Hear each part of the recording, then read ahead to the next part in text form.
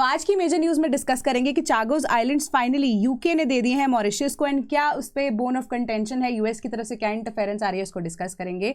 And then डॉनरो doctrine के बारे में डिस्कस करेंगे। ओरिजिनली वैसे इसका नाम मॉनरो डॉक्ट्रिन है, बट इसको अब हम डोनाल्ड ट्रंप की जो डॉन है डॉनरो डॉक्ट्रिन के नाम से जान रहे हैं। क्या है ये, इसको भी थोड़ा समझेंगे। And women gig workers in a trap, क्या है ये पूरी की पूरी स्टोरी, इसको भी डिस्कस करेंगे। Welcome to sleepy classes. तो करंट अफेयर्स आज द हिंदू से हम पढ़ेंगे for the date of 21 January 2026 and related multiple choice questions को भी डिस्कस करेंगे। टू बिगिन विद, सबसे पहले world leaders assess Trump's board of peace invitation which hints at rivalling United Nations Security Council. तो अब हम देख रहे हैं कि यूनाइटेड नेशंस जो है इसको थोड़ा सा फॉल आना हुआ शुरू हो गया। पहला उसका स्टेप कहाँ पे था यूनाइटेड नेशंस का फॉल का, कि जब यूएसए ने अपनी, आप कह सकते हो कि विड्रॉल करना शुरू कर दिया ऑफ द अमाउंट जो उन्होंने इन्वेस्ट की थी। यानी कि मेजरली अगर आप देखोगे कि यूनाइटेड नेशंस की जो फंडिंग आती थी वो यूएसए की तरफ से आती थी, धीरे धीरे करके उन्होंने वो विड्रॉ करना शुरू किया।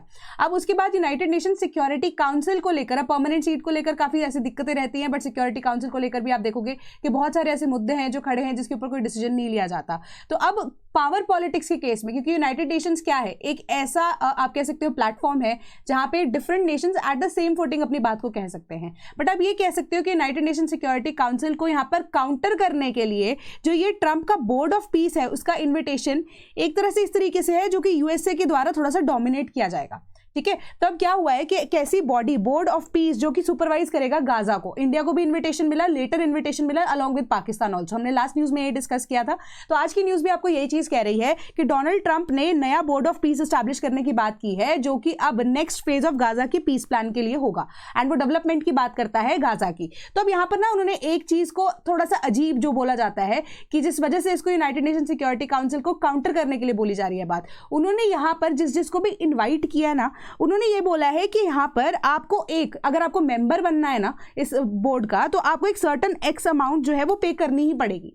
वो एक्स अमाउंट ऐसा नहीं होगा कि जब तक ये पीस प्लान जो है एग्जीक्यूट हो रहा है तब तक होगा। ये परमानेंट मेंबरशिप के लिए बात कर रहा है। ठीक है, परमानेंट मेंबरशिप के लिए बात कर रहा है, ना कि सिर्फ और सिर्फ गाजा की रीडेवलपमेंट जब तक होने जाती तब तक के लिए बात करता है। तो इसी वजह से ये चीज ना खटकती है कि it will be a body that will embark on a new and a bold approach कि वो रिजॉल्व करे ग्लोबल कॉन्फ्लिक्ट को, एंड ये ग्लोबल कॉन्फ्लिक्ट जो है डायरेक्ट आप कह सकते हो राइवल ऑफ सिक्योरिटी काउंसिल की तरह यहाँ पर डील करेगा। तो बाकी आपकी जो न्यूज ये कहती है कि देखोगे कि Russia, Belarus, Slovenia, Thailand and European union executive arm, इनको भी यहाँ पर इन्विटेशन भेजे गए हैं, एंड टोटल यहाँ पर माना जा रहा है कि $1 बिलियन की कंट्रीब्यूशन जो है वो आपको permanent membership on the board यहां पर प्रोवाइड कर रही है, रादर देन कि आप क्या करो कि आप जब तक ये पीस प्लान या जब तक एग्जीक्यूट नहीं हो जाता तब तक के लिए अमाउंट होगी। ऐसा नहीं है, अगर आपको परमानेंट मेंबर बनना है तो आपको $1 बिलियन की कंट्रीब्यूशन देनी ही पड़ेगी। ठीक है, तो ये चीज है। तो 3 ईयर की अपॉइंटमेंट की यहां पर बात नहीं कर रहा है, जो कि इनिशियली पीस प्लान का पार्ट था। मतलब कि बोर्ड जो है, ये पीस प्लान जो है वो 3 साल के अंदर अंदर डेवलप करना चाह रहा था ऑफ गाजा प्लान, या गाजा के अंदर जो डेवलपमेंट होनी थी। बट उसके अलावा अगर आप देखोगे अभी की सिचुएशन के हिसाब से ये परमानेंट यहां पर आपको मेंबरशिप देने की बात कर रहा है। पेमेंट कितनी है? $1 बिलियन की। ठीक है, अब यहां पर कोई भी ये चीज भी बोली गई है इंटरनल सोर्सेज के थ्रू, सिंस वो अनोनिमसली यहां पर बात करते हैं, उन्होंने बोला कि एक तरह का ना चार्टर भी है। जब पहला ऐसा सेशन होगा ना तो एक तरह का चार्टर भी है जो पेश किया जाना है, similar to that of United Nations charter, जो कि सिक्योरिटी काउंसिल को यहाँ पर केटर करने के लिए था, है ना, या मेन ऑर्गन्स को केटर करने के लिए था। बट यहाँ पर एक और ऐसा चार्टर है जो कि इस बोर्ड ऑफ पीस के अकॉर्डिंगली बनाया जाएगा, जो कि अभी तक पब्लिक नहीं किया गया है, एंड जो घमासान मचा सकता है आने वाले टाइम में। एंड जो ये पैसा रेज किया जा रहा है $1 बिलियन की कॉन्ट्रीब्यूशन पर मेंबरशिप जो आपको एस्टैब्लिश करनी है, वो अब पैसा इकट्ठे मिलकर रीडेवलपमेंट ऑफ गाजा के लिए जाएगा अकॉर्डिंग टू दिस प्लान। तो आपको इसके अलावा और न्यूज यहाँ पर यही जो इंपॉर्टेंट है कि मोरक्को के किंग जो हैं उन्होंने एक्सेप्ट कर लिया है इसका प्रपोजल, एंड वो मेंबर बन चुके हैं, यानी कि first Arab leader and at least the 5th in the world leader to join. तो उससे पहले वियतनाम, कजाकिस्तान, हंगरी, अर्जेंटीना ने साइन कर दिया है इस पे, तो they have already become members to it. ठीक है, तो वो परमानेंट मेंबर्स का नाम यहाँ पर उनको दिया जाएगा। तो अब क्लैरिटी और नुआंसेस पे यहाँ पर बात बोली जा रही है कि जो रशिया है उनको भी इन्विटेशन गया है, तो रशिया ने बोला अभी हम इसके प्रोज एंड कॉन्स को पहले असेस करेंगे, उसके बाद देखेंगे क्लैरिटी लेने के बाद कि हमें इसको ज्वाइन करना चाहिए या नहीं करना चाहिए। एंड अगर आप यहाँ यूरोपियन यूनियन की बात करो, उन्होंने भी बोला है कि हमें सिमिलर काइंड काइंड ऑफ यहाँ पर असेसमेंट की रिक्वायरमेंट है कि जो कमीशन है they want to contribute to the comprehensive plan कि जो गाजा कॉन्फ्लिक्ट है वो खत्म हो जाए, बट इसको ज्वाइन करके हम यहाँ पर कहीं पे यूनाइटेड नेशंस को जेपरडाइज तो नहीं कर रहे हैं ऑल टुगेदर, तो उस चीज के ऊपर असेस करना पहले जरूरी होगा। तो जो अब इजराइल के पर्सपेक्टिव से बात करें तो इजराइल बोल रहा है कि we are not very much happy कि गाजा जो है वो ऑलरेडी पार्ट ऑफ इजराइल है, कि हमें क्या है कि हमें अगर मिलिट्री एक्शन यहाँ पर अलाउ कर दिया जाए तो उसके बाद भी हम क्या करेंगे कि हम उस सारी सिचुएशन को मैनेज करने के लिए तैयार हैं, बट हमारे पास प्रॉब्लम एग्जिस्ट ये करती है कि इजराइल का बिगेस्ट एलाई यहाँ पर यूएसए है, बट हम यूएसए को यहाँ पर खफा यानी कि उनको नाराज नहीं कर सकते हैं, तो इस वजह से हमें इसे एक्सेप्ट करना ही पड़ेगा। बट अभी ऑफिशियली उन्होंने इसका मेंबरशिप जो है वो नहीं ली है, बट ऑल टुगेदर उनको भी यहाँ पर क्या मिली है, इन्विटेशन तो उनको भी यूएसए की तरफ से मिला है। तो अब नेतन्याहू की तरफ से ये स्टेटमेंट है कि that there are difference with US about the composition of advisory committee accompanying the next phase in Gaza, it would not harm his relationship with Trump. तो उन्होंने बोला कि हाँ अगर आप हमें चाहते हो इन्वॉल्व करना, हम will be a part of it, but जो कमिटी आप कंपोज कर रहे हो, ठीक है, कि आप चाह रहे हो कि उसके अंदर मुस्लिम नेशंस भी हों, उसके अंदर जो है डेमोक्रेटिक नेशंस भी हों, सब मिलकर यहाँ पर काम करें, तो जो कॉम्पोजिशन है उसको लेकर हमारे प्रॉब्लम्स क्रिएट हो सकते हैं।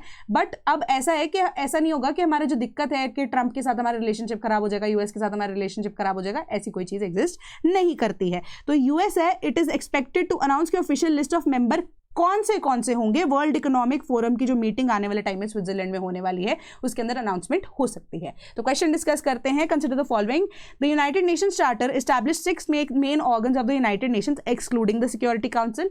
The Security Council held its first session in London. Which of the statements above is or are correct? So the correct answer to this is but obvious option number B। Exclude क्यों करेंगे? Major 6 main organs के अंदर include भी तो security council हो ही रहा है ना, आपकी जनरल असेंबली है, then we have the Security Council, then इकोसॉक एग्जिस्ट करती है। तो ऐसे 6 प्रिंसिपल जो है हमारे पास वो एग्जिस्ट करते हैं, प्रिंसिपल ऑर्गन्स एग्जिस्ट करते हैं। तो पहली जब हम सिक्योरिटी काउंसिल की सेशन की बात करते हैं 17 जनवरी 1946 को ये हुआ था at Church House Westminster in London. तो आई होप आपको ये आंसर क्लियर होगा। Then Trump slams UK's move to hand over Chagos Islands. तो अब यहाँ पर जो चागोस आइलैंड्स हैं उससे पहले अगर आप देखो कि हमारे पास एक और आप कह सकते हो कि डिएगो गार्सिया करके आइलैंड था, ठीक है, डिएगो गार्सिया प्लस जो चागोस आइलैंड्स हैं ये दोनों के दोनों किसके पास थे? इनिशियली यूके के पास थे, ठीक है। तो पहले क्या हुआ कि यूके ने क्या, वो ब्रिटिश कॉलोनी हुआ करता था, है ना, ब्रिटिश कॉलोनी जो है वो ये आइलैंड्स हुआ करते थे। अब ये किसके? मॉरिशस के बिल्कुल पास विसिनिटी में लगते हैं। क्वेश्चन के थ्रू मैं आपको भी डिस्कस करेंगे, ठीक है। तो विसिनिटी में वहां पर है। तो अब जो डिएगो है, डिएगो गार्सिया है, इनिशियली अब 99 ईयर्स की लीज पे वो अब यूके ने मॉरिशस को दे दिया था पहले इनिशियली, ठीक है। अब आप देखो कि चागोस आइलैंड्स जो है यूके ने वापस से अगेन लीज के पर्सपेक्टिव से वो मॉरिशस को दे दिया है। तो अब यहाँ पर प्रॉब्लम क्या आ रही है कि सिंस अब मैप के थ्रू मैं आपको क्वेश्चन भी डिस्कस करूंगी, तो प्रॉब्लम यही आ रही है कि जो ये इंपॉर्टेंट सेट ऑफ आइलैंड्स हैं, ठीक है, ये आइलैंड्स जो हैं अब यूएसए को लग रहा है कि ये it is a cowardice that UK has permitted to be given these islands to Mauritius. क्यों? क्योंकि उनके अकॉर्डिंगली कोई भी उनको रीजन नजर नहीं आता कि इन आइलैंड्स को गिव अप करना चाहिए, क्योंकि एक स्ट्रेटेजिक पॉइंट ऐसी है कि यूके ने पता नहीं क्यों ये बेवकूफ़ी की, अदरवाइज हमारे लिए नेवल बेस या एयरबेस अच्छे से बन सकता था। कि ऑलरेडी आप कहोगे कि जो रिलिंक्विश किया गया है right to remote Indian Ocean archipelago home to strategically important American naval and bomber base was an act of stupidity that shows that he needs to take over Greenland. तो उन्होंने बोला कि हमें यहाँ पर स्ट्रेटेजिकली लोकेशन उसकी इतनी important थी कि रिक्वायर्ड था हमें वो नेवल बेस को मेंटेन करना, एयरबेस को मेंटेन करना। अगर आप उसको मॉरिशस को दे रहे हो तो इनडायरेक्टली आप क्या कर रहे हो? आप चाइना और रशिया की यहाँ पर हेल्प कर रहे हो कि अब आप जो है वो बचा नहीं पाओगे इस रीजन को। हम ग्रीनलैंड चाहते हैं, बट अब हम चाहते हैं कि हम और एरियाज को एक्सपैंड करें, कि यूएसए जो है अब वो पहले की तरह हेजीमनी को यहाँ पर प्रैक्टिस करे। उन्होंने ओपनली ये चीज बोल दी है। तो उन्होंने ये बोला कि UK kept control of the Chagos islands after Mauritius gain independence from Britain in 1960s। तो अब उनको इविक्ट करना पड़ा। पहले ब्रिटिशर्स ने क्या किया, अब ब्रिटिशर्स जो है वो मॉरिशस को जब उनको इंडिपेंडेंस मिली 1960s के अंदर, जो चागोस आइलैंड्स के अंदर रहने वाले लोग थे उनको वहां से जरूर निकाला गया। तो जो नेवल बेस है या आप कह सकते हो एयरबेस भी एग्जिस्ट करता है, उसके अंदर भी अमेरिकन फैमिलीज अराउंड 25,000 अमेरिकन जो है वो भी अभी एग्जिस्ट करते हैं। तो उनको लेकर यहाँ पर मुद्दा आने वाले टाइम में खड़ा हो सकता है, ठीक है। तो उन्होंने बोला कि चागोस आइलैंड्स को उनको यहाँ से हटा दिया गया था लीगल क्लेम्स के थ्रू, कॉम्पनसेशन दिया गया था ब्रिटिश कोर्ट्स के द्वारा भी। एंड मैक्सिमम जो वो लोग हैं वो आर्किपेलागो के ऊपर जो सस्टेन कर रहे थे वो कहाँ पर रह रहे हैं आजकल? या तो ब्रिटेन के अंदर रह रहे हैं, मॉरिशस के अंदर रह रहे हैं, या सीशल्स के अंदर रह रहे हैं, ठीक है, तो ये सिंपल आपकी न्यूज थी। तो क्वेश्चन को डिस्कस करते हैं। फेयरली सिंपल क्वेश्चन है, चागोस आइलैंड्स लाई इन विच ओशन? अटलांटिक, पैसिफिक, इंडियन या आर्कटिक ओशन? अब मैंने मॉरिशस का नाम ले ही दिया, वैसे आपको पता होना चाहिए। ठीक है, तो correct answer is option number C, that is Indian Ocean. तो अभी आपको नजर आ रहा होगा, दिस इज श्रीलंका, श्रीलंका के नीचे ये इंडियन ओशन यहाँ पर एग्जिस्ट कर रहा है। This is your Seychelles, this is your Maldives and this somewhat here यहाँ पर आपको मॉरिशस एग्जिस्ट करता है। एंड ये Chagos Islands and Diego Garcia जो है आप देख सकते हो। तो आप ये कह सकते हो कि मेजरली अगर आपको जो आइडिया है वो लग जाना चाहिए कि अब काउंटर करने के लिए ट्रेड रूट्स को या ट्रेड रूट्स को कंट्रोल करने के लिए पेट्रोलिंग के लिए भी एक ऐसा स्ट्रेटेजिक पॉइंट है जो कि आपको एक्सेसिबिलिटी दे रहा है टू साउथ एशिया, जिसके अंदर स्पेसिफिकली आपको अब अफ्रीका की भी यहाँ पर एक्सेसिबिलिटी मिल रही है, साउथ एशियन नेशंस की भी एक्सेसिबिलिटी मिल रही है ना। तो आप कंट्रोल ग्रेटर यहाँ पर रख सकते थे। तो अब ये जो ट्रम्प की तरफ से स्टेटमेंट आई है कि it is an act of cowardice. Correct answer is option number C. The Nifty tanks 1.38% its worst fall in 8 months। तो आपको यहाँ पर न्यूज के अंदर ये पता होना चाहिए कि निफ्टी क्या है, ठीक है, एंड 1.38% के आसपास ये गिर गई, ठीक है, एंड वर्स्ट फॉल ये इन 8 months है। एंड इसके पीछे का रीजन क्या है, दैट इज इट। आपको ये नहीं पता होना चाहिए कितना परसेंट था पहले, कितना गिर गया, ये सब इतनी इंपॉर्टेंस यहाँ पर नहीं रखता। आपको ये पता होगा कि निफ्टी जो है हम ट्रेडिंग के लिए यूज करते हैं ना। निफ्टी जो है एक ऐसा इंडेक्स है जो हम यूज करते हैं फॉर ट्रेडिंग पर्पसेस, ठीक है। तो डिफरेंट तरह की ट्रेडिंग भी यहाँ पर होती है, शेयर के रिगार्डिंग भी होती है ट्रेडिंग, है ना, एंड आपके जो डेरिवेटिव्स हैं वो भी इसका पार्ट होते हैं। सारी चीजों को यहाँ पर मेंटेन किया जाता है, तो निफ्टी उसका पार्ट है। देन फर्दर डिटेल जो है हम क्वेश्चन के थ्रू डिस्कस करेंगे। देन अब यहां पर बोला जा रहा है वर्स्ट फॉल इन 8 months, क्यों? क्योंकि जियोपॉलिटिकली आप देखोगे कि जो वॉलेटिलिटी है वो बहुत ज्यादा बढ़ गई है, ठीक है, वॉलेटिलिटी बढ़ गई है। अब पहले जियोपॉलिटिकली वॉलेटिलिटी, अब निफ्टी तो इंडिया के कॉन्टेक्स्ट में बात करेगा, इंडियन कंपनीज के कॉन्टेक्स्ट में बात करेगा ना आपसे। तो जियोपॉलिटिक्स जो है वो कब से यहाँ पर प्रॉब्लम शुरू हुई? सबसे पहले तो टैरिफ्स को लेकर थोड़ा सा इशू शुरू हुआ, फिर आप धीरे धीरे देखोगे कि लिक्विडेशन प्रोसेस जो है वो इंडिया के अंदर शुरू हुआ, धीरे धीरे करके जो हमारा निफ्टी है वो फॉल करता जा रहा है। तीसरी बार आप देखोगे कि ग्रीनलैंड का मुद्दा बार बार जब हम बात कर रहे हैं कि यूएसए उठा रहा है, एंड अब तो एग्रेसिवली दे आर सेइंग कि ग्रीनलैंड वाला एरिया वो लेंगे। उसके अलावा भी अब ट्रंप का जब हम ये मॉनरो डिस्कस करेंगे ना, मॉनरो प्रिंसिपल या डॉक्ट्रिन डिस्कस करेंगे, उसके अंदर और भी ऐसे नेशंस हैं जिसके अंदर अब यूएस का इंटरेस्ट है। तो अब ये क्या कर रहा है, ये जियोपॉलिटिकल वॉलेटिलिटी को भी दिखा रहा है आपकी, है ना। तो अब कंपनीज कैसे परफॉर्म कर पाएंगे? अब कोई भी नेशन जहां पर वॉर होने के चांसेस है, जहां पर आपका इंपोर्ट एक्सपोर्ट का बिजनेस चल रहा है, वहां पर जो पार्टीज है वो कॉन्फ्लिक्ट के अंदर अगर इन्वॉल्व हो जाती है, तो वहां से तो इन्वेस्टर पैसा निकालना शुरू करता है, और जो कंपनीज ऑलरेडी वहां पर इन्वेस्ट कर चुकी है उनको लॉसेज होना शुरू हो जाते हैं, क्योंकि जो सप्लाई चेन है वो डिस्टर्ब हो जाती है। सिंपल सी ये बात है। तो इस वजह से जो निफ्टी है वर्स्ट 8 months लो पे अभी तक यहाँ पर जाता हुआ नजर आ रहा है। क्वेश्चन को डिस्कस करते हैं। पहली स्टेटमेंट है, कह रही है कि Nifty stands for national 50। Second statement है, to be eligible for Nifty the company must be domicile of India and registered with the National Stock Exchange. Which of the statements above is or are correct? So the correct answer is option number C. दोनों की दोनों statements यहां पर correct हैं कि Nifty stands for कि कोई भी ऐसी जो टॉप 50 कंपनीज हैं जो कि लिक्विड हैं, लिक्विड मतलब इजीली लिक्विडिटी को अचीव कर सकती हैं in the times of problem, जब भी कोई आती है, रजिस्टर्ड इन इंडिया यहां पर होनी चाहिए। यानी कि the company must be domicile of India and registered under the National Stock exchange. और जो स्टॉक्स हैं वो हाई लिक्विडिटी के होने चाहिए, एंड जो कंपनी की ट्रेडिंग फ्रीक्वेंसी है 100% होनी चाहिए प्रीवियस 6 months के अंदर, एंड ये रिवाइज किया जाता है हर 6 महीने के अंदर, एंड अकॉर्डिंगली निफ्टी 50 जो है इसको मैनेज किया जाता है। देन जो अब it should have an average free floating market capitalisation जो कि 1.5 times हायर होनी चाहिए, एंड जो शेयर्स है डिफरेंशियल वोटिंग राइट्स उसमें होने चाहिए एलिजिबल फॉर द इंडेक्स, ठीक है। तो जो निफ्टी मार्केट इंडेक्स है वो नेशनल स्टॉक एक्सचेंज के अंदर आप देखो ब्लेंड किया गया है दो वर्ड्स को, that is National Stock Exchange and 50, coined by the National Stock Exchange on 21 April 1996। Then PhonePe get SEBI nod for IPO to file updated DRHP। अब हमने आईपीओ के प्रोसेस को डिस्कस किया था पहले, उसका जो आप कह सकते हो कि सेकंड स्टेप है that is the appointment of DRHP, ठीक है। तो अब DRHP जो है असेस करेंगे सारे एसेट्स को, एंड अकॉर्डिंगली यहाँ पर देखा जाएगा कि जो रेड हेरिंग प्रोस्पेक्टस है वो उनको यहाँ पर प्रोवाइड करना है, नहीं करना है, आईपीओ का प्रोसेस जो है वो फर्दर होगा कि नहीं। तो ये असेस को लेकर यहाँ पर मैनेज किया जाएगा एसेट्स को लेकर, एंड उसी के अकॉर्डिंगली यहाँ पर जो लिस्टिंग है एग्जिस्टिंग शेयर होल्डर्स की, उनके पास कितने शेयर्स हैं, उसके बाद जाकर देखा जाएगा कि कितनी लिक्विडिटी, कितना जो आप अमाउंट है यहाँ पर रेज करना चाहते हो, तो अकॉर्डिंगली ये चीज होगी। तो बट कहने का मतलब यही है कि फोन पे जो कि अगेन यूपीआई के अंडर आप कह सकते हो यूज किया जाता है ना, तो यूपीआई जो है उसके थ्रू फोन पे जो है अपना क्या कर रहा है, वो अपना आईपीओ यहाँ पर लॉन्च करेगा, और उनको यहाँ पर नॉड मिल चुकी है। बट क्वेश्चन हम जो है एग्जिस्टिंग यहाँ पर क्या डिस्कस करना चाह रहे हैं रिगार्डिंग आईपीओ। पहली स्टेटमेंट कह रही है IPOs are majorly of 2 types। Second statement कह रही है book building issue refers to where there is no fixed price but a price band. Which of the statements above is or are correct?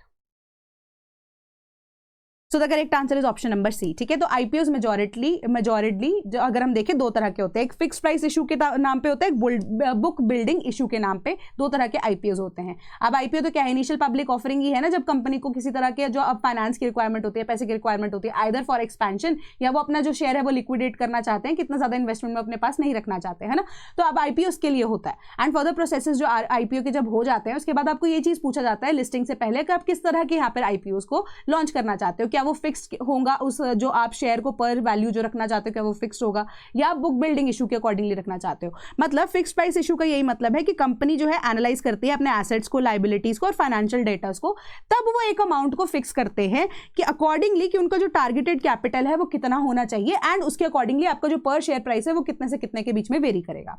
अब book building issue की जब हम बात कर रहे हैं, जो प्राइस डिस्कवरी है वो आईपीओ के प्रोसेसेस के अकॉर्डिंगली डिसाइड होती है कि कुछ फाइनल यहाँ पर प्राइस बैंड जो है वो अब एग्जैक्ट या फिक्स नहीं होता है। ठीक है, बस एक आइडिया सा लगाया जाता है कि इतने से इतने करोड़ के बीच में हमें एग्जिस्टिंगली पैसा चाहिए और इसके अकॉर्डिंगली हमारे जो एसेट्स एंड लायबिलिटीज है उसके अकॉर्डिंगली एक रेंज हमें अगेन आईपीओ के टाइम पे आप देखोगे कि एग्जैक्टली जो अब मार्केट वैल्यू के अकॉर्डिंगली शेयर का प्राइस क्या लगता है, या इवन कि आपको लिस्टिंग के टाइम पे कितने से कितने के बीच में बिड करना है वो आपको अमाउंट दी गई होती है, वो इसके लिए भी होती है ना, कि एक फिक्स प्राइस बैंड को यहाँ पर डिसाइड कर लिया जाता है कि इतनी कैपिटल चाहिए, इतनी सब्सक्रिप्शन के अकॉर्डिंगली हमें इतना कैपिटल चाहिए, तो एक शेयर की वैल्यू जो है अकॉर्डिंगली इतनी हो जानी चाहिए।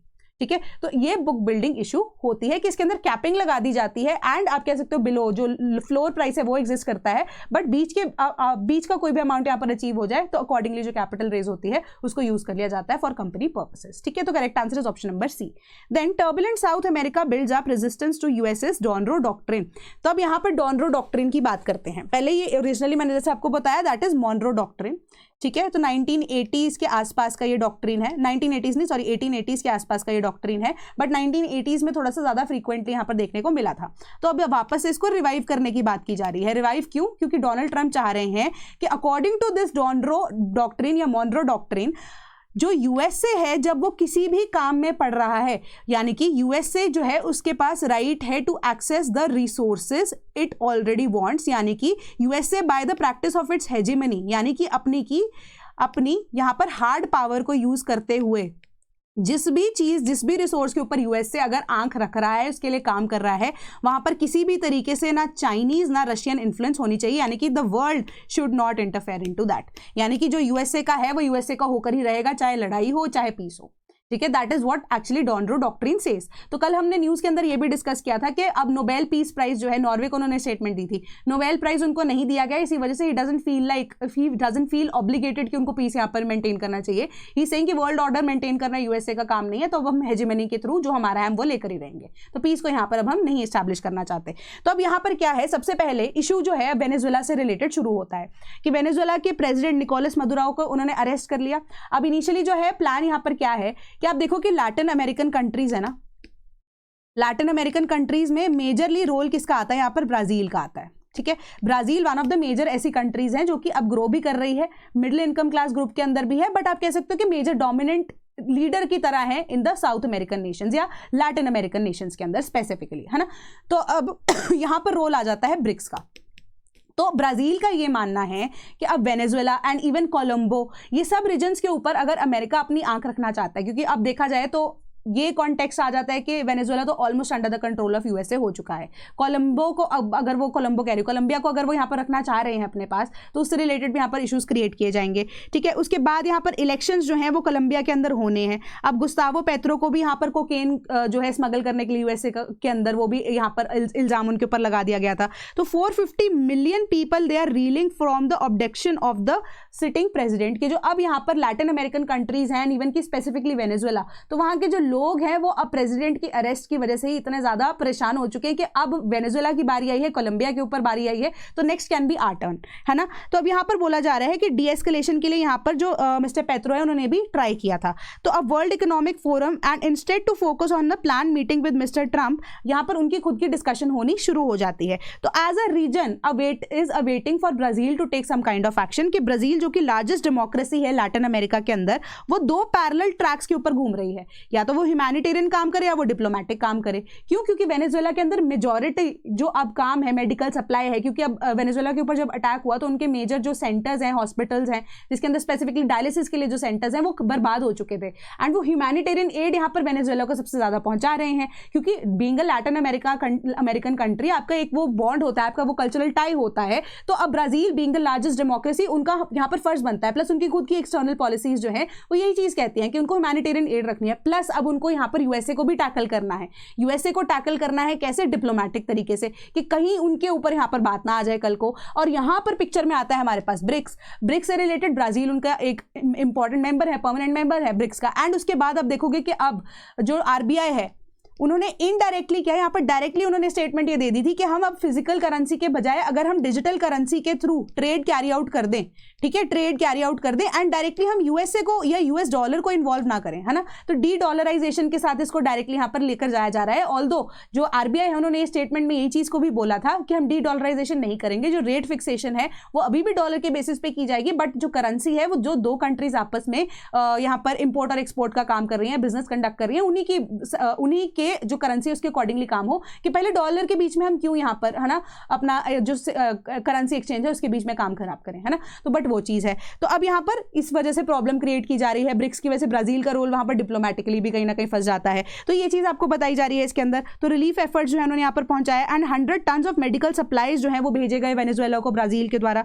तो अब कोलैप्स ऑफ ऑक्सीजन सप्लाई जो है वो देखने को मिली थी कोविड-19 के टाइम पे भी। उस टाइम पे भी ब्राजील ने बहुत हैवी रेट पे आप देखोगे कि ह्यूमैनिटेरियन एड जो है अपने आसपास के नेशंस को यहाँ पर पहुंचाई थी। तो बियॉन्ड अगर आप ह्यूमैनिटेरियन रिलीफ देखो तो ब्राजील जो है उसने क्राइसिस को यहाँ पर डिप्लोमेटिक मैसेज की तरह दिखाया है कि साउथ अमेरिका जो है वो पैसिव या ऐसा नेबर कंट्री नहीं रहेगा कि अगर यूएसए उसको रीशेप करने की कोशिश करेगा उसके बाद भी अगर आप देखो तो वेनेजुएला को यहाँ पर सपोर्ट इस टाइम पे देना ब्राजील के लिए खुद से रिस्की है, क्योंकि वो टूट चुकी है कंट्री, है ना। तो ब्राजील ने एक तरह से ये बोला है कि हम चुप नहीं बैठेंगे। तो it was a soft move जो कि ह्यूमैनिटेरियन एड भी प्रोवाइड कर रहा है, बट एक डिप्लोमेटिक मूव की तरह इसको कैलकुलेट करके देखा जाए तो यहाँ पर वो अपने पड़ोसी देश की हेल्प करने के लिए खड़े हैं आज भी। मतलब टोटल यहाँ पर society as a whole they are standing in unity. ये चीज बताई जा रही है कि लैटिन अमेरिकन नेशन जो है वो यहाँ पर एक यूनाइटेड फ्रंट के ऊपर खड़े हैं। आपको जो यहाँ पर चीज करनी है वो करके देख लो, आगे जाके क्या होगा वो तो हमें पता नहीं है, बट अभी तक उनकी यही पॉलिसी अप्रोच चल रही है कि उन्होंने बोला कि स्टेबिलिटी जो है वेनेजुएला के अंदर और उसको रेजिस्ट किया जा रहा है प्रेशर के द्वारा, है ना। तो जो प्रेशर है ब्राजील कह रहा है हम रेजिस्ट कर रहे हैं, एंड वेस्टर्न कैपिटल्स जो है वो इमीडिएटली इलेक्शंस के लिए यहाँ पर ट्रांजिशन के लिए भी ड्यू है ना। तो अब यहाँ पर हो सकता है कि प्रो यूएसए गवर्नमेंट ना वापस से एस्टैब्लिश हो जाए, तो वो लोगों के ऊपर यहाँ पर होगा। तो कैनेडियन प्राइम मिनिस्टर जो है उन्होंने भी बोला, व्लादिमीर पुतिन जो है उन्होंने भी बोला कि हम कोऑर्डिनेट करना चाहते हैं कि ज़्यादा ये यूज ऑफ फोर्स अगर हो रही है तो क्यों हो रही है, कि वापस से रीअफर्म करनी चाहिए आपको respect for a sovereign nation and boundaries को यहाँ पर आपको मेंटेन करने की जरूरत है। एंड ये जो रिजेक्शन है वो यूनिलेटरलिज्म की देखने को मिल रही है। एंड 17 जनवरी को European union and south American trading block ने भी साइन किया एक ऐसा एग्रीमेंट कि एक ऐसा one of the biggest free trade zone जो है वो यहाँ पर इनको में लैटिन अमेरिकन नेशंस के साथ बनाना है ना। वो भी यहाँ पर अब किसी तरीके से हैम्पर हो गया, मतलब यूएसए को वहाँ पर भी साइडलाइन करने की कोशिश की जा रही थी, बट अब वो धक्के से यहाँ पर घुसने की बात कर रहे हैं, जिसमें आपको लेमन टर्म में चीज़ें समझा रही हूँ ताकि आपको इजीली अंडरस्टैंडेबल सिचुएशन यहाँ पर हो सके। तो एक और जो ग्लोबल गवर्नेंस का जो free form of global governance जो है वो पॉसिबल है कि मोर एक्टिव रिप्रेजेंटेशन जो है जो कि फेयर और इंक्लूसिव होनी चाहिए, वो भी यहाँ पर डिमॉन्स्ट्रेट करने की जरूरत है।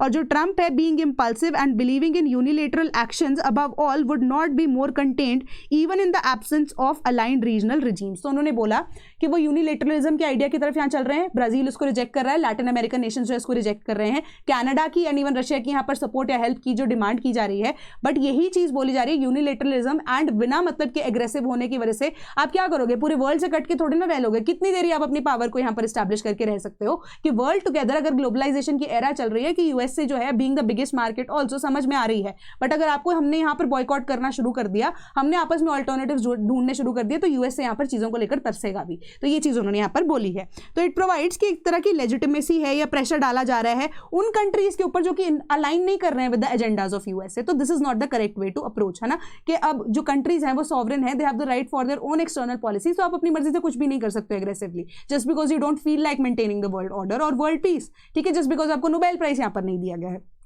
तो अब स्टेक्स जो है वो राइज कर रहे हैं ब्राजील एंड कोलंबिया के लिए, जहां पर एक क्रूशियल इलेक्शन इस साल के अंदर पहली बात तो होने हैं। तो पॉसिबिलिटी है कि जो ट्रंप है उन्होंने सजेस्ट किया है कि possible military action against Mexico, Colombia जो है वो एंड ब्राजील ऑल्सो लिया जाएगा, ठीक है। ब्राजील के ऊपर भी अभी टैरिफ की जो बौछार है वो भी लगी हुई है ना। तो देयर आर चांसेस कि जो इलेक्शंस के टाइम पे प्लस अभी कोई मिलिट्री एक्शन यहाँ पर यूएसए ले ले तो वो भी एक डेंजरस पोजीशन के ऊपर, यहाँ पर मैक्सिको की बात की जाए, कोलंबिया की बात की जाए, ब्राजील की बात की जाए, वो है। तो यहाँ पर यही बात बोली जा रही है कि सटल तरीके से मे बी वेनेजुएला के अकॉर्डिंगली किया जाए, बट ऐसा हो सकता है कि यूएस की जो आर्मी है वो इंटरवीन करे। तो अब यही है कि it could include the support of right wing candidates and efforts to tarnish Lula's campaign particularly through disinformation. तो अब यहाँ पर अब सटल तरीका क्या है कि आप खुद से फोर्स ना भेजो, बट इलेक्शन के अंदर जो अब प्रो यूएसए कैंडिडेट्स हैं उनकी इलेक्शन कैंपेन जो है उसको बेटर करो। कैसे कि जो अब एक्चुअली में आपके सही तरीके से आपको गवर्न करने की बात कर रहा है उनके इलेक्शन कैंपेन को खराब करो। अब जैसे 3 इडियट्स में वो डायलॉग नहीं था कि अब खुद अच्छे से पढ़ाई नहीं कर सकते तो एटलीस्ट दूसरे को डिस्ट्रैक्ट करो, है ना। तो ये चीज यहाँ पर होगी कि मिस इन्फॉर्मेशन जो है वो स्प्रेड की जाएगी, इलेक्शन कैंपेन जो है इसको सक्सेसफुल नहीं होने दिया जाएगा एंड अल्टीमेटली जो प्रो यूएस कैंडिडेट है वो यहाँ पर रिप्रेजेंटेटिव बन सकते हैं इन कंट्रीज के अंदर आने वाले टाइम में, ताकि जो उनकी पॉलिसीज है वो अलाइन हो विद यूएस से, विद मिनिमल डिस्ट्रक्शन। ये दोनों चीजें यहाँ पर होंगी, ठीक है। तो अब यहाँ पर रीअसर्शन की बात की जा रही है साउथ अमेरिका के अंदर, यही चीजें आपको यहाँ पर बताई जा रही हैं। साउथ अमेरिका का जो है एक नया वर्ल्ड ऑर्डर यहाँ पर मे भी आने वाले टाइम में देखने को मिल सकता है एंड जो फॉरेन रिलेशंस जो है उनके क्वेश्चन यहाँ पर किए जा सकते हैं। एंड ब्राजील जो है रिसेंट डीलिंग्स के अंदर देखता है कि both possibilities of limits and resistance, तो दोनों चीजें यहाँ पर आ सकती है, लिमिट भी किया जा सकता है ब्राजील को, रेजिस्टेंस भी देखने को मिल सकती है। एंड कन्फ्रंटेशन जो है वो ब्राजील फोर्स, मतलब कन्फ्रंटेशन की जब बात करें, Brazil force USA to roll back its tariff. तो यहाँ पर टैरिफ लगाए गए थे बट वो टैरिफ का जो अमाउंट है वो कम कर दिया गया था, परसेंटेज कम कर दिया गया था, 10 से 15% के बीच में अब जो है ब्राजील लगता है। तो ब्राजील शुरू से ही यहाँ पर रिबेल कर रहा है अगेंस्ट यूएसए, ये चीज को ध्यान में रखना। तो अब यहाँ पर आपको ये बोला जा रहा है कि यूएसए जो वो यही चाहता है आइडियोलॉजिकली कि उनकी हेजेमनी रहे वेस्टर्न हेमिस्फेयर के अंदर एंड रेयर मिनरल्स एंड कोई स्पेशली पेट्रोलियम जो है जहां से भी यूएसए वेस्टर्न कंट्रीज के अंदर से चाहता है, वेस्टर्न हेमिस्फेयर के अंदर से चाहता है, उनको कोई यहाँ पर रोके ना। That is your Donroe doctrine. And जो पेरू है it has already experience right wing coup, Peru के अंदर ऑलरेडी कू चल रहा है, तो लैटिन अमेरिकन कंट्री है वो भी, तो कू के द्वारा अगर आप देखो तो वेस्ट की तरफ से कराया गया, मतलब यूएसए जो है लैटिन अमेरिका में पेरू को भी अपने अंडर कर चुका है, ठीक है। अर्जेंटीना, इक्वाडोर, हॉन्डुरास एंड चिले की बात की जाए, वहां पे फार राइट कैंडिडेट्स जो है इलेक्शंस उनके फेवर में जाएंगे, ठीक है। And this is not about democracy or even oil sales the senior Brazil diplomat. Real objective है कि पुश करना है चाइना एंड रशिया को आउट, रीअसर्ट करना है डोमिनेंस ऑफ डॉलर, वीकन करना है ब्रिक्स के ग्रुप को। वेनेजुएला सिर्फ एक ऐसा प्रेशर पॉइंट था जिस वजह से उनको यहाँ पर ड्रैग किया गया and to get the world order back, एक यूनिपोलर सिस्टम को एस्टैब्लिश करने के लिए जहां पे वॉशिंगटन जो है they are ruling all over the countries of the west, ये चीज यहां पर बोली जा रही है। एंड एक चैलेंज है साउथ अमेरिका के लिए, वेटरन डिप्लोमैट ने ये चीज बोली है कि यूएस से जो प्रेशर डालेगा without igniting any kind of fire across the continent, और किसी तरह के मिसस्टेप्स जो हैं वो रीजन की वापस से आप कहोगे कि जनरेशंस बैक उनकी डेवलपमेंट को ले सकते हैं अगर कोई किसी तरह की डिस्ट्रक्शन हो जाती है। तो इस बार जो अब लैटिन अमेरिकन कंट्रीज हैं उनको बहुत फूक फूक के कदम रखने पड़ेंगे, चाहे वो डिप्लोमेटिकली हो चाहे वो ओपनली यहाँ पर पब्लिक फ्रंट में बात करने की चीज आ सकती है। तो यहाँ पर बहुत ज्यादा नाजुक सिचुएशन जो है वो लैटिन नेशंस के लिए बन चुकी है। तो ये आपकी न्यूज थी, इंपॉर्टेंट न्यूज थी, प्लीज इसको एक बार दोबारा पढ़ लेना। From flexible to fearful women, gig workers hemmed by new rules. तो गिग वर्कर्स क्या होते हैं सिंपल टर्म्स में, जो जिनको हम फ्रीलांसर्स बोलते हैं। तो ये आपको ना केस स्टडी दी गई है एंड मेजरली आप इसको यूज कर सकते हो इन एनी केस आपको कोई सोशल इश्यूज के रिगार्डिंग क्वेश्चन आ जाता है, विमेन के लिए भी है ना, गिग वर्कर्स के लेकर इन्वायरमेंट के लिए इकोनॉमी में क्वेश्चन आ जाता है एंड इवन के एथिक्स से रिलेटेड कोई अगर आपको क्वेश्चन आ जाता है तो उसमें आप ये केस स्टडी को मेजरली बोल सकते हैं। एंड ये अर्बन कंपनी के ऊपर हो रहा है केस। तो यहाँ पर क्या हो रहा है ह्यूमन राइट्स कमीशन के अंदर ये केस क्या है। तो अब गिग वर्कर्स का मेजर आइडिया क्या होता है, छोटे छोटे प्रोजेक्ट्स पे वो काम करते हैं ना एंड छोटे छोटे अमाउंट के लिए यहाँ पर काम करते हैं। तो अर्बन कंपनी जो है इनिशियली उनका यहाँ पर आइडिया क्या था कि वो अब गिग वर्कर्स को काम दे रहे हैं कि वो फ्रीलांस कर सकते हैं जिस भी टाइम पे, है ना। तो उनका जो ब्यूटी प्रोडक्ट्स एंड डिफरेंट तरह का जो काम है अर्बन कंपनी का शुरू हो गया था। एंड रिलेटेड टू विमेन यहाँ पे स्पेसिफिकली बात की गई है कि विमेन गिग वर्कर्स जो है उनको परेशानी यहाँ पर झेलने को मिल रही है कि मेजॉरिटी ऑफ द पीपल अगर आप देखो उनको अब यहाँ पर यूसी की जो कंपनी अर्बन कंपनी है उनकी जो गाइडलाइंस है उसके अकॉर्डिंगली पी कार्ड्स वाला क्राइटेरिया डाल दिया कि जिसके अंदर वो ऑफलाइन यहाँ पर नहीं हो सकते, उनको काम करना तो करना ही पड़ेगा, है ना।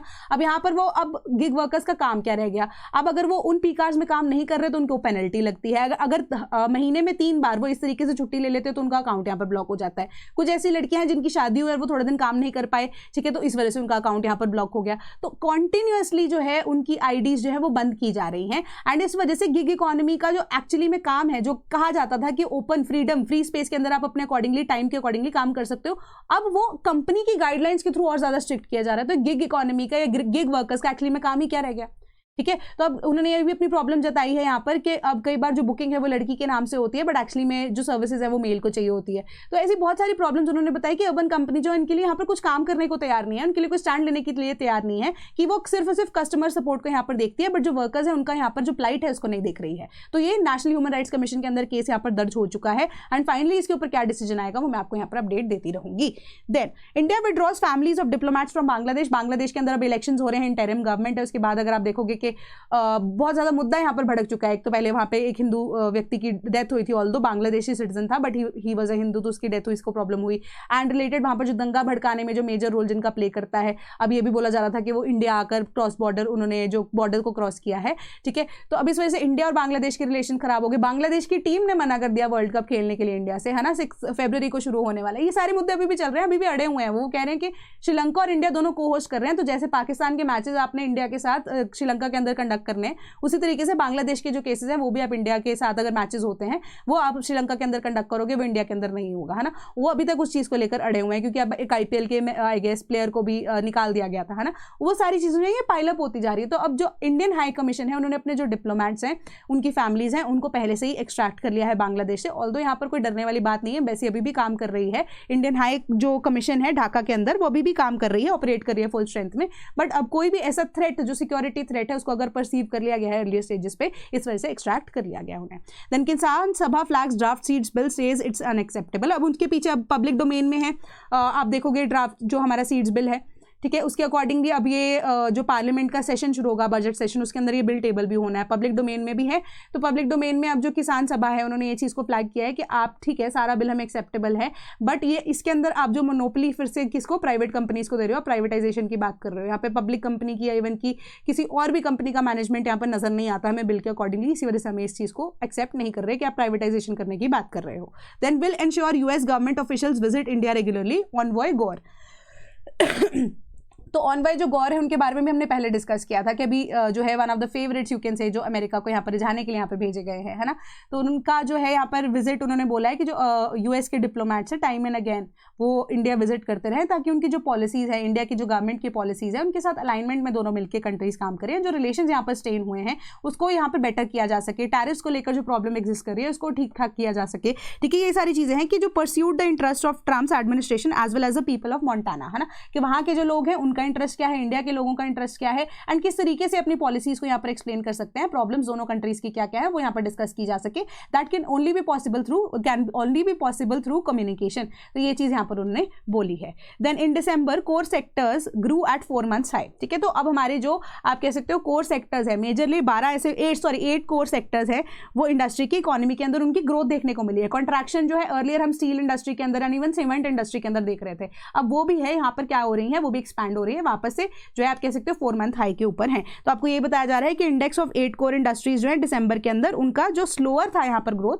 बट आप ये देखोगे कि अर्लियर ईयर के अकॉर्डिंगली 4 months हाई के ऊपर है। कि इलेक्ट्रिसिटी सेक्टर जो है at a 9 month high of 5.3% आ गया दिसंबर के अंदर। यहाँ पर अगर आप देखोगे कि आपको ये चीज़ बताई गई है स्लो है एज कम्पेयर टू 2024, बट 2025 के अंदर यहाँ पर ग्रोथ देखने को मिली है पिछले महीनों के अकॉर्डिंगली।